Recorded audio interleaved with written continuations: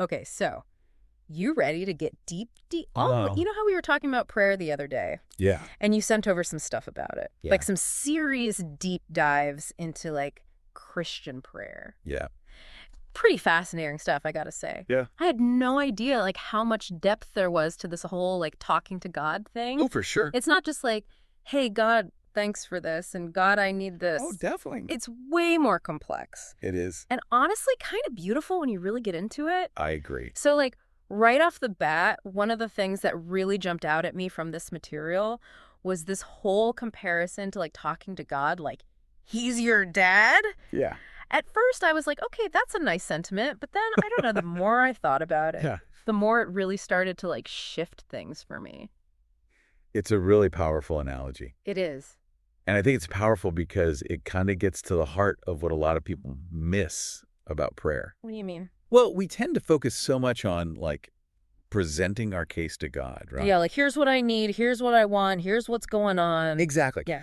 But are we really taking the time to listen to what he has to say back?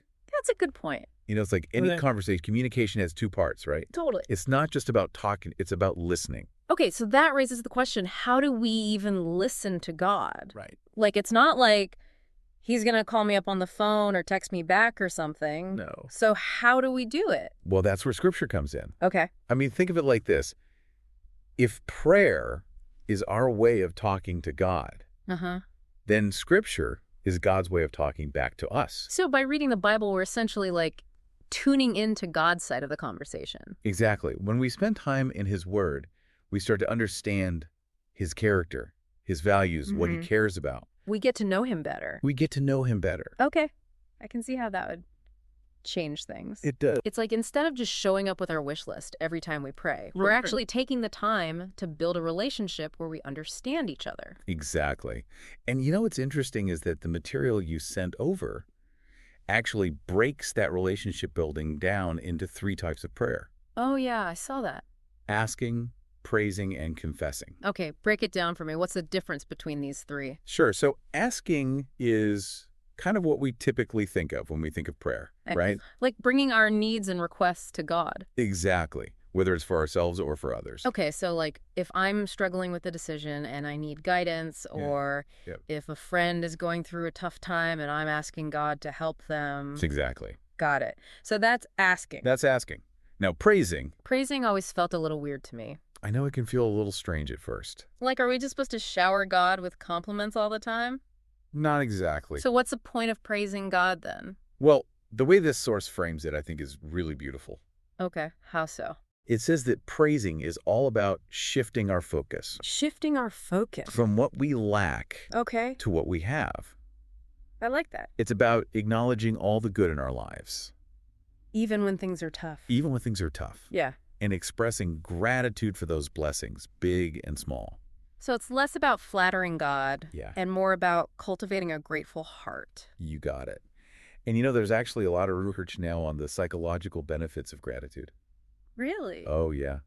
It's not just good for the soul, it's good for our mental well-being, too. So praising God can actually make us happier. It can contribute to a sense of well-being, for sure. Okay, I'm starting to see the bigger picture here. Good. All right, what about confessing? Confess. This one always felt kind of heavy to me, It can be, yeah. but this material makes it sound like it's actually a really good thing. It can be incredibly freeing. Really? Think of it this way. Yeah. It's about being honest with ourselves and with God, About our mistakes. about where we've messed up. Yeah. But isn't that like dwelling on the negative? It's not about wallowing in guilt. Hey. It's about acknowledging our shortcomings. So we can move forward. Exactly. It's like hitting the reset button. Huh. That's a good way to put it. And, you know, even outside of a religious context, owning up to our mistakes is crucial for growth. Totally. Confession helps us do that. Okay. I gotta say, this is blowing my mind. Yeah. Like, prayer is so much more nuanced than I ever realized. It really is. But we're not done yet, are we? No, we're just getting started. Oh, boy. This source also talks about praying continually. Okay, wait. Praying continual. Hold on a sec. Does that mean, like, I'm supposed to be on my knees, like, 24/7? No. Okay, good. Not at Straight. all. I got stuff to do. The text clarifies this. It's not about being on your knees all day. Okay. It's about maintaining an open line of communication with God. Like throughout the day. throughout the day. I like that. Yeah. But how do you actually do that? Well, think about it this way. You're stuck in traffic, you're feeling frustrated. Oh, yeah, that happens. Instead of letting that frustration just eat away at you, Uh, you turn it into a prayer for patience. okay. Or you're having a really great meal. Love a good meal. Take a moment to thank God for that simple blessing. Oh, I see. It's about finding those little pockets of time throughout your day to connect. So I don't have to, like, clear my schedule to pray? It's Yeah. more about, like, weaving prayer into, like, the fabric of my life. Exactly. You're getting it. Weird. But, while it's great to find those spontaneous moments for prayer, Uh-huh. the source also emphasizes the importance of setting aside a dedicated time each day For, like, more focused prayer. for focused prayer and Bible reading. So Yeah, it's kind of like finding that balance, it is. having those spontaneous moments throughout the day, Right. but also carving out that special time to really connect. You got it. That makes a lot of sense. I mean, it's like anything else we want to grow in our lives. A little structure and a lot of mindful practice go a long way. All right, I'm definitely feeling inspired. But before we wrap up, there was something else in the material that I wanted to ask you about. Sure, what is it? This whole idea of sacrifice of praise. Yes. Honestly, I'm a little confused by that one. I understand. That one could be a bit tricky. Yeah. So let's unpack it a bit, shall we? Yeah, let's do it. So, okay, sacrifice of praise. What's the deal with that? Yeah. It's a phrase that can throw people off. It kind of makes it sound like praising God is a chore or something. Right, like it's something we have to force ourselves to do. Yeah, exactly. But I think the source material explains it in a way that makes a lot of sense. Okay, how so? Well, it actually pulls a quote from the Bible, from Hebrews 13.1 theme. Okay. Through Jesus, therefore, let us continually offer to God a sacrifice of praise, the fruit of lips that confess his name. Okay, so what exactly is being sacrificed here? Right. That's the key question, isn't it? Yeah, like, are we supposed to, like, withhold praise unless it's directed at God? No, not at all. Okay, good. Think of it this way. Okay. In ancient times, sacrifices often involved giving up something precious. Something valuable. Yeah, something that cost you something. Okay. And in the context of praise, the sacrifice isn't about holding back our praise. Okay. It's about overcoming whatever obstacles might be preventing us from giving it freely. Okay, I think I see what we're saying. So, for example, Yeah. let's say you're going through a really difficult time. Yeah. You're feeling down, you're struggling. Yeah. It might be hard to find things to praise God for in that moment, For right? sure. But choosing to focus on his goodness, even when you don't feel like it, Yeah. that takes effort. That takes a conscious choice. And that's the sacrifice. Exactly. It's about pushing past our own negativity, our own circumstances, and acknowledging that God is still worthy of our praise. Okay, that makes a lot more sense. It's like a deliberate act of faith. Yeah, like we're saying, God, I might be hurting right now, but I still choose to see your goodness. Exactly. And it's not just about our own internal struggles either. What do you mean? Well, there was that part in the source material about praying for other people. Oh, yeah, I remember that. It talked about how sometimes the most powerful prayers aren't for ourselves, but for others. Right. When we intercede for someone else, Uh-huh. we're essentially offering up our time, our energy, our compassion to God on their behalf. Yeah, like, God, please heal this person, or God, please give this person strength. Exactly. And it doesn't have to be about physical healing. Right, it can be about It anything. can be about emotional healing or guidance or comfort. Yeah, like any kind of need that someone might have. And that's a beautiful sacrifice too, It is. because it's a selfless act of love. It is. And it connects back to that idea of praying continually. How so? Well, the more we cultivate that awareness of God's presence throughout the day, Uh-huh.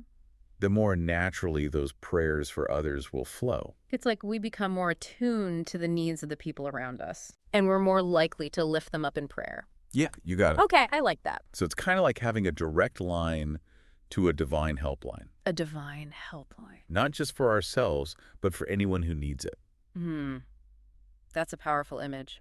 And I think it speaks to the transformative power of prayer. You know what's interesting? What's that? We started off talking about the practical aspects of prayer, like Mhm. asking, praising, confessing. Right. And now we're kind of diving into these deeper questions about like the nature of God. It's all connected. It is. And I think that's one of the things that makes this topic so fascinating. Totally. It's not just about getting what we want from God. Right. It's about deepening our understanding of who he is and how he works in the world. Okay, so I have a question for you. Yeah. What about when doubts creep in? Yeah. Doubts. Yeah, like When we wonder if our prayers are even being heard. That's a common struggle. It is. And it's something that I think everyone who prays has wrestled with at some point. Did the source material offer any guidance on how to deal with doubt? It didn't address doubt directly, Mm-hmm. but I think a lot of the concepts we've discussed already can offer some helpful insights. Okay, I'm all ears. Well, firstly, that analogy of prayer as a relationship is key. Okay. Just like in any relationship, Mhm. trust is essential. Right. If we're constantly questioning whether the other person is even listening, Mm-hmm. it's going to damage the relationship. Yeah, that makes sense. So if we approach prayer with skepticism or doubt, Yeah. we're essentially putting up a wall that blocks that connection.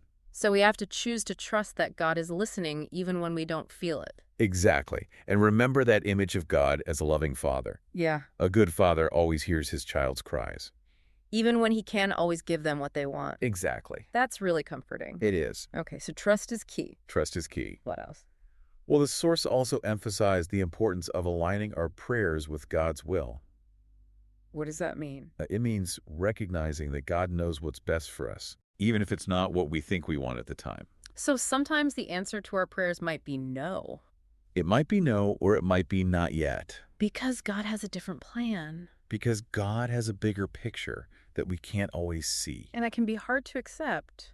It can be, especially when we're praying for something we desperately desire. Right. But it's about surrendering our limited perspective and trusting in God's infinite wisdom and love. So it's about surrender and trust. Exactly. Two very important lessons. They are. And you know what's funny? What's that? This all circles back to that idea of praying continually. How so? Well, it seems like the more we stay connected to God throughout the day. Uh-huh.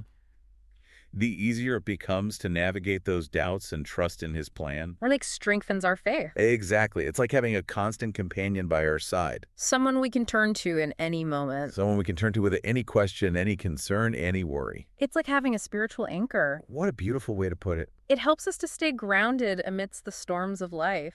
I love that. So yeah, prayer is way more than just a wish list. Yeah, it is. It's a lifeline, a sanctuary, a conversation that changes us from the inside out. Beautifully said. Okay, before we move on, I want to leave our listeners with something to ponder. Okay, what is it? If prayer is truly a conversation with God, Yeah. what does that say about the nature of God? That's a good one. What qualities does he possess that allow for such a profound and intimate connection? I like that. Let's explore that further when we come back. Okay, so we're back, and I don't know about you, but I'm still thinking about that question we posed. Yeah, the one about the nature of God. Yeah, like if prayer really is this back and forth conversation, what does that tell us about the kind of God we're dealing with? Well, it's a question that's intrigued people for a long time, right? Yeah. But if you really think about it, the fact that God even wants to communicate with us, Yeah. the God who created the universe, it says a lot about his character. So what's it saying? Like, what kind of insights can we glean from this whole prayer thing? Well, for one, it suggests that God is relational. Relational. Yeah, he's not just some distant force out there somewhere. Okay. He actually wants to connect with us. Hmm. He values what we think and what we feel. Okay. And he's willing to engage with us on a personal level. You know, it's funny you say that because I always had this image of God as being like this kind of stern judge up in the clouds. The big guy with the beard. Yeah, exactly. Looking down on us. But this whole conversation thing makes him feel so much more approachable. I agree. Like someone you could actually sit down and have a chat with. Yeah, like grab a cup of coffee with. Exactly. And that actually leads into another quality that I think prayer reveals about God. What's that? Humility. Humility. Really? Think about it. Okay. The God who created everything, Yeah. the one with all power and knowledge, Mm-hmm. he humbles himself to listen to our prayers. Are sometimes rambling, incoherent prayers. Exactly. He doesn't require us to be perfect or eloquent. He just wants our hearts. He just wants our hearts. That's pretty amazing when you think about it. It is. So it's not about impressing God. No. It's about being real with him. It's about being authentic. Yeah, about opening ourselves up to him. Exactly. And that vulnerability actually leads us to another essential aspect of God that prayer reveals. Which is? Unconditional love. Okay, I can see that. If God was only interested in perfect beings, Yeah, would he really bother with us flawed humans? good point. The fact that he welcomes us with all our imperfections Mm-hmm. shows that his love has no strings attached. It's not based on our It's performance. not based on how good we are or how many good deeds we do. It's just there. It's just there. Wow. That's incredibly freeing. It is. It's like he's saying, come as you are, let's talk. Let's work through this together. Exactly. And honestly, that's the foundation of the Christian faith. This unconditional love. This unconditional love. It's what makes everything else possible. You know, it's amazing to me how this deep dive into prayer has taken us to such unexpected places. I know, right? We started off talking about the practical stuff like asking, praising, confessing. Yeah. And now we're exploring the very nature of God. It's all connected. It is. And I think that's what makes prayer such a powerful practice. It's not just a ritual, It's a journey a journey into a deeper understanding of God. and a deeper understanding of ourselves. Couldn't have said it better myself. Well, I think we've covered a lot of ground today. We have. We've talked about the different types of prayer, the importance of praying continually, the idea of sacrifice, of praise. And even the nature of God himself. Yeah, it's been a pretty amazing deep dive. It has. And if you're listening and you're feeling inspired to explore this topic further, I highly encourage you to check out the source material we've been discussing. There's so much wisdom and practical guidance in there. And remember, this isn't about mastering some technique. No, it's about opening your heart to God It's about creating space for Him in your life. and letting that relationship transform you. So go out there and pray. And may your conversations with God bring you peace, joy, and a deeper understanding of his incredible love for you. That's a great way to end it. Thanks. Thanks for joining me on this deep dive. It was my pleasure.